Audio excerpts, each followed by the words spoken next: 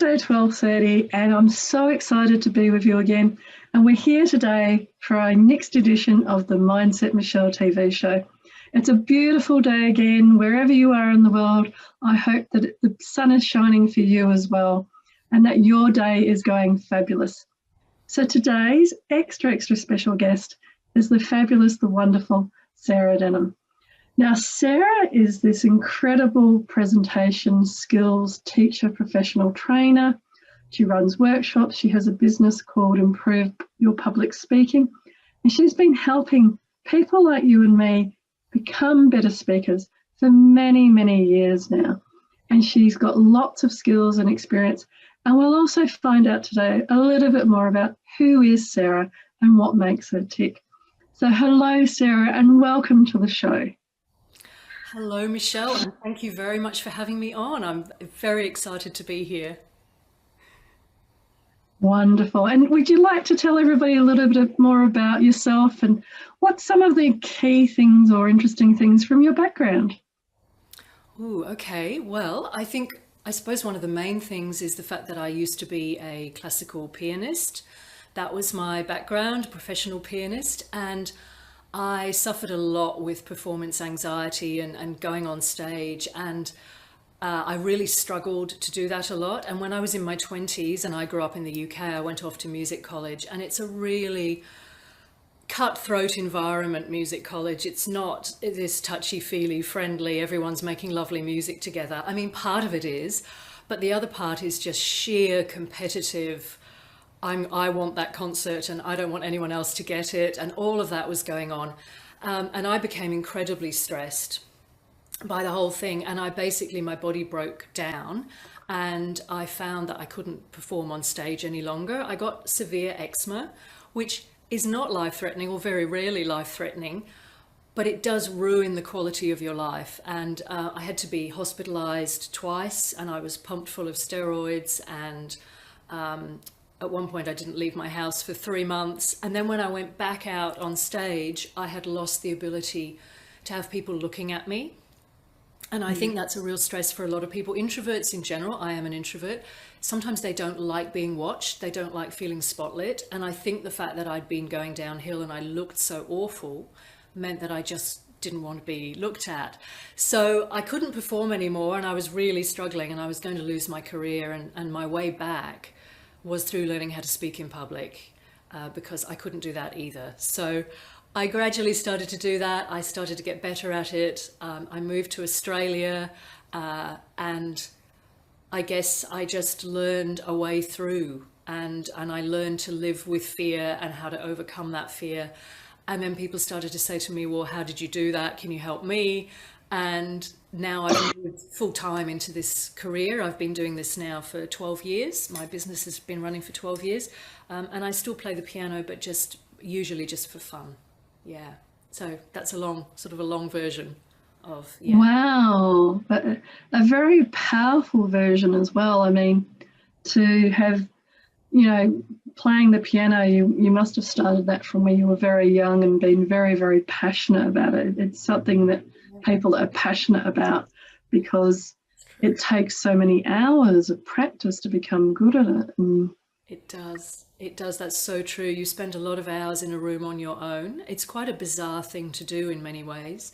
And it's incredibly detailed as well. So you get used to practicing, you get used to fear, or supposedly you get used to fear. I kind of got used to it, but then it was just all too much for me when my body was betraying me, as I felt, yes, in my 20s. Yeah.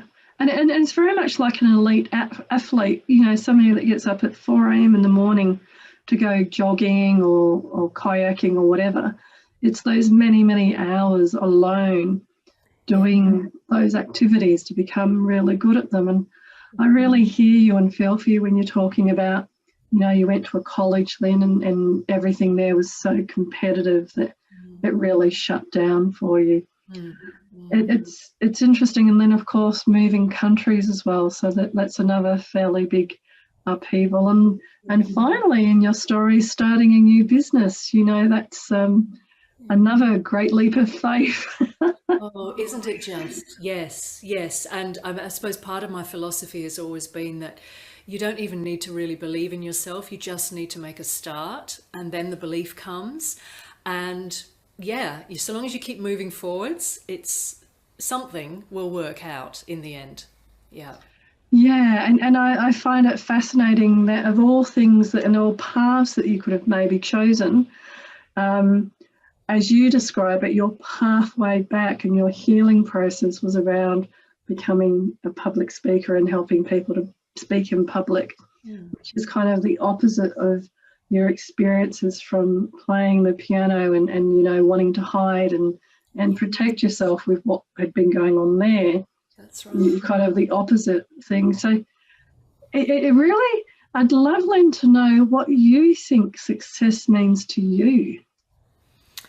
Gosh, I think success, it's different for everyone, isn't it? And there are a lot of components to it. If I did the usual sort of external idea, it's not necessarily about the money, but it's about having the resources to be able to achieve whatever you want in your life. And those resources can be anything: time, space, it might be financial, but not necessarily. But I think more important is the internal factor that comes in around being successful.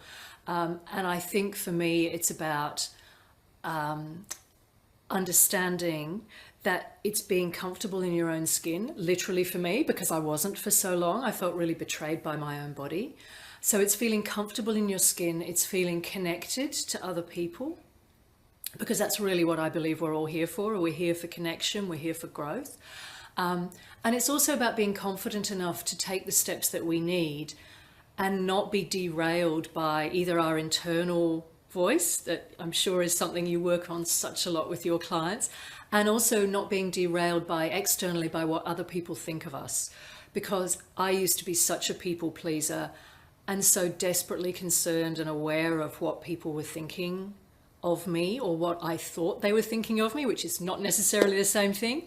And I work with so many clients now, even really high level clients, who still have this sense of what are people thinking of me? And I can't afford to get this wrong. It has to be perfect. And all of these different, they're freighted, all the heft and the weight that comes with that is so unhelpful. And yet we drag it along with us into every new event, every new gig, every new speech, because we have imposter syndrome. There's so many things going on for so many of my clients, and I understand them, because yeah, it all makes sense. Sometimes it's just how we're wired. We are wired for comparison. It's really hard not to compare ourselves to other people. But you would know too, Michelle, and I'm sure you have a lot to say about this, that there are things that we can do to overcome that, and how we talk to ourselves is a major factor in that as well. It's one of the biggest factors, and that's why I love asking people, what does success mean to them? Because everybody kind of has, in that sense, the base level of success means having the resources to achieve what I want, etc., etc. But that nuance that you so lovely put there around, well, it's not just that, it's actually success is the conversations I have with myself, the way that I love and take care of myself and I'm kind to myself, Yes. whether it's my self-talk or the outside world self-talk.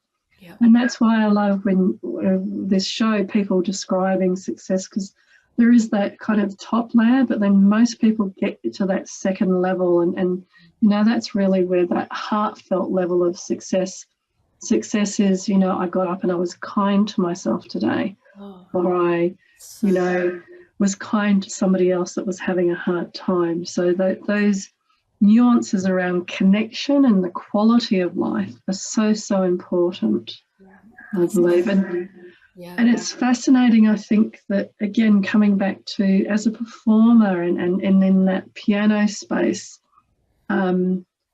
your success was around connecting with the audience. So again, it wasn't the mechanics of playing the piano and making the noise. It was sharing that feeling of that experience. And that's why I love that, with what happened, you've changed the medium that you do that in. So now you're doing presentation, but that experience is still the same. Absolutely. I mean, there's so much in what you say. I agree with every word that you've just said, and the self-kindness and all of that. But it is, I mean, we are here for connection. And I should put a visual up, but I have a triangle that I talk to about when I talk to clients about their speaking. Disconnection, if they feel, because usually if there's an issue, they feel disconnected in one area. And so you can be disconnected from your audience, that's an issue. You can be disconnected from your content or your topic, which is really common, that's also an issue. And you can be disconnected from yourself. And by that, I mean, you're not breathing, you're not grounded, you're not talking kindly to yourself. You've disconnected, you turn into, I often joke about it, but we're basically, when we're afraid of speaking, we become often a head on a stick, and we just becomes this head, and it's a frazzled head, like it doesn't really know what's happening. It can be freezing, it can be doing all kinds of things, but we're not in touch with our body. We're not properly grounded. And a lot of people say to me, but I don't want to be in touch with my body because it feels really uncomfortable. I've got all these physical symptoms.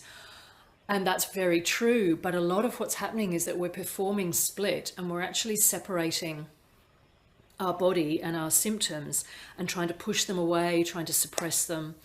And I talk about it like it's trying to hold one of those big colored beach balls down in the sea or in the swimming pool. You know that the harder you try and push that down, the more it's going to bounce up at you. And it's exactly the same with emotions and fear and things that we're trying to suppress. They're only going to come back more strongly and say, woo, I'm still here. I still need to be attended to.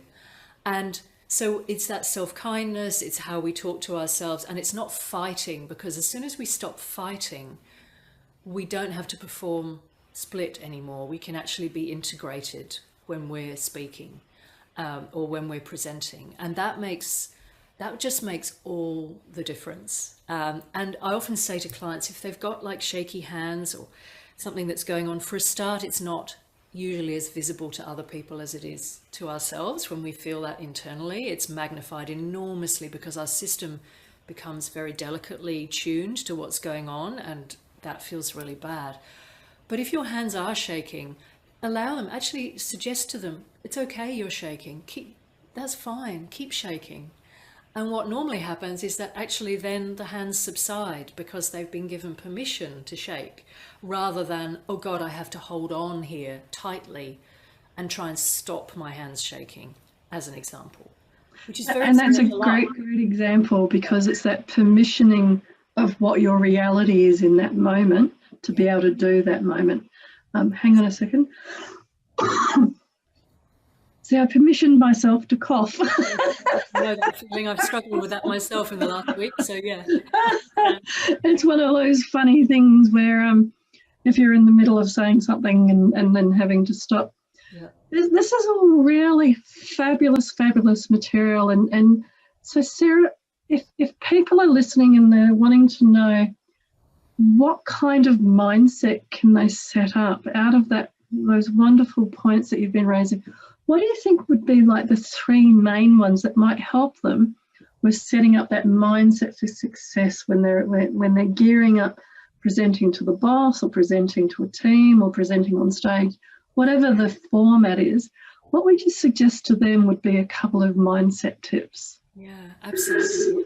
Great question, and something I think about a lot. And presenting to the boss is such a feature, again, for a lot of clients. It's like as soon as hierarchy comes into the room and we feel lower, that just throws our system into chaos.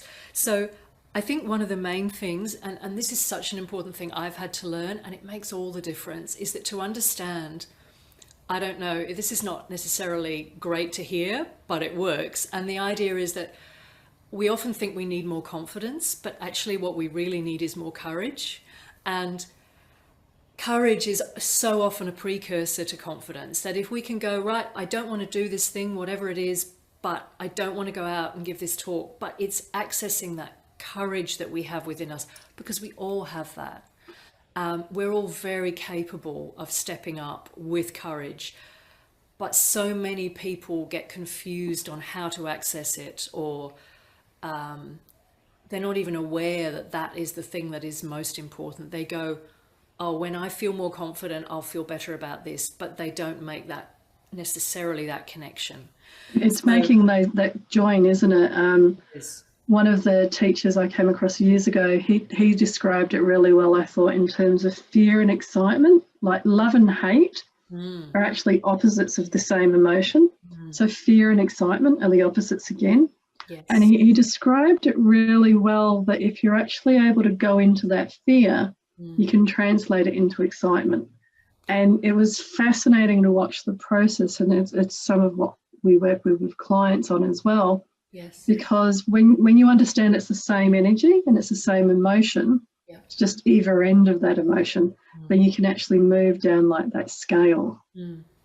That's so true. And there's a psychologist in the US called Kelly McGonigal, and she talks about, she is a stress researcher. She's done a couple of TED Talks actually. She's very good, but she talks about there's a moving from a threat to a challenge, which is a very similar thing because physiologically many of the things are the same, as you say. Yeah. However, I do have to say that when I speak to clients about this, I always laugh about the word excitement because so many of them say to me, "Well, I'm sorry, Sarah, but I'm not excited. I don't want to do this."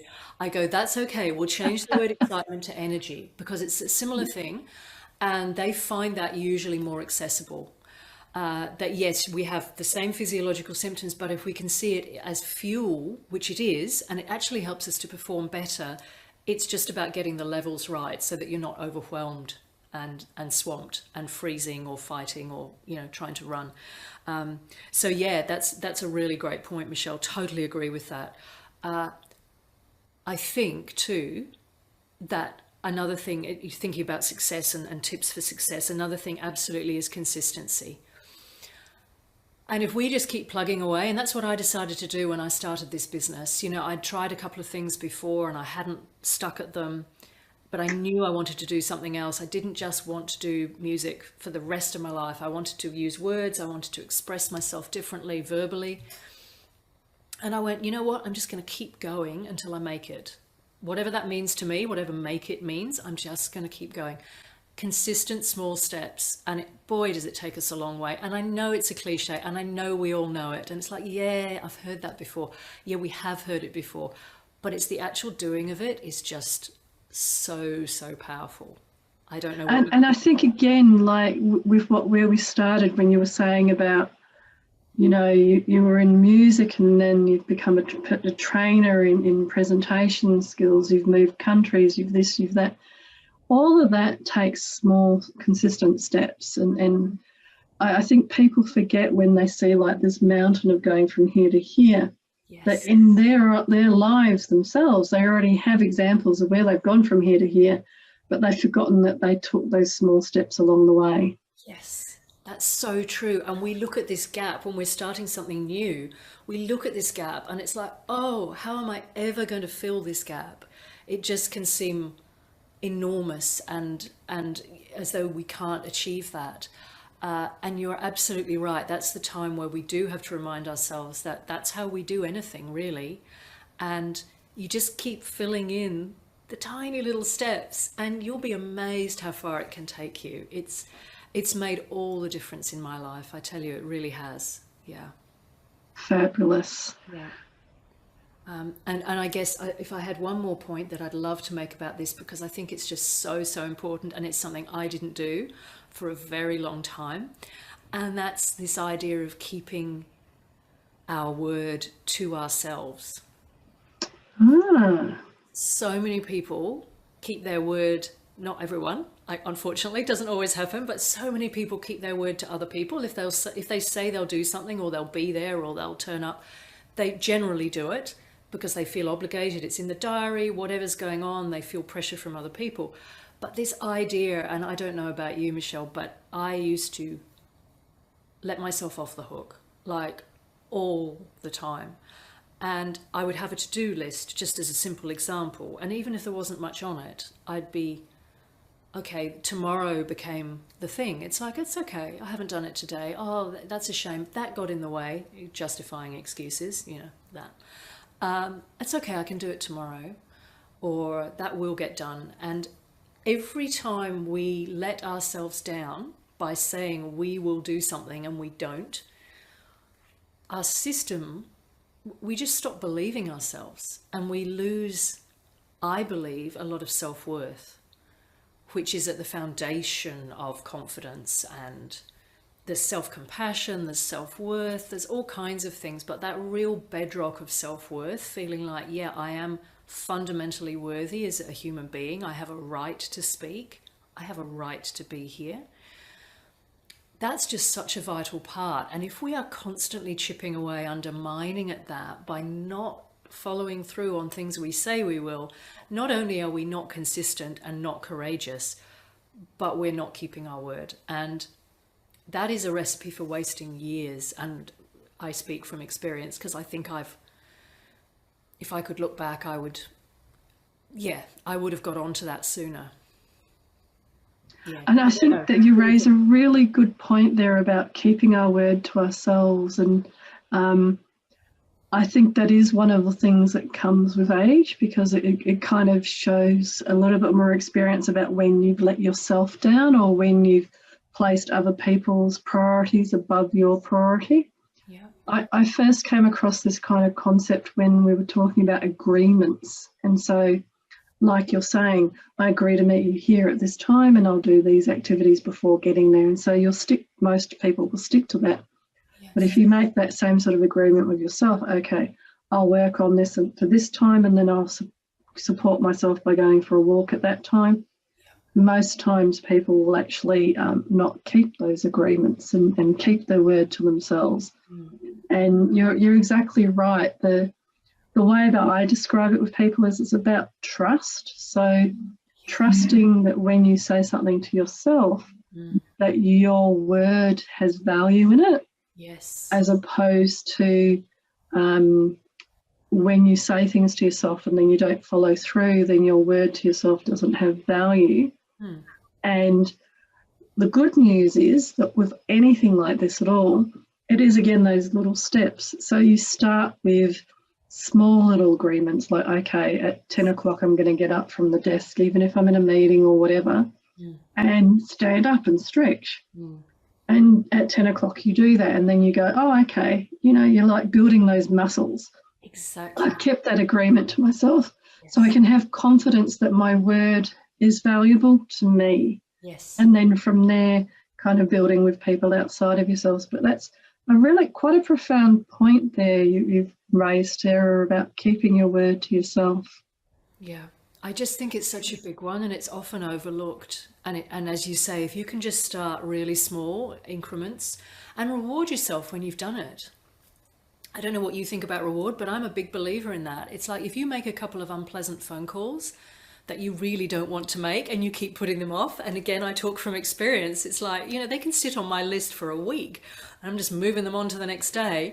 I have learned that is just so unhelpful for me. So I now go, okay, you get a reward. Doesn't have to be a huge reward, but something meaningful to me. Doesn't always work that way, but if it's something that I need to really kickstart me, I think rewarding is not a bad move. What do you think about that? I think that's that part of that, like children, if you think about keeping your agreements with yourself, Yes. You have to think of that as like you're dealing with the childlike part of yourself. So, Yes. I'm stood up and stretched at 10 o'clock. So I did that for 5 days in a row.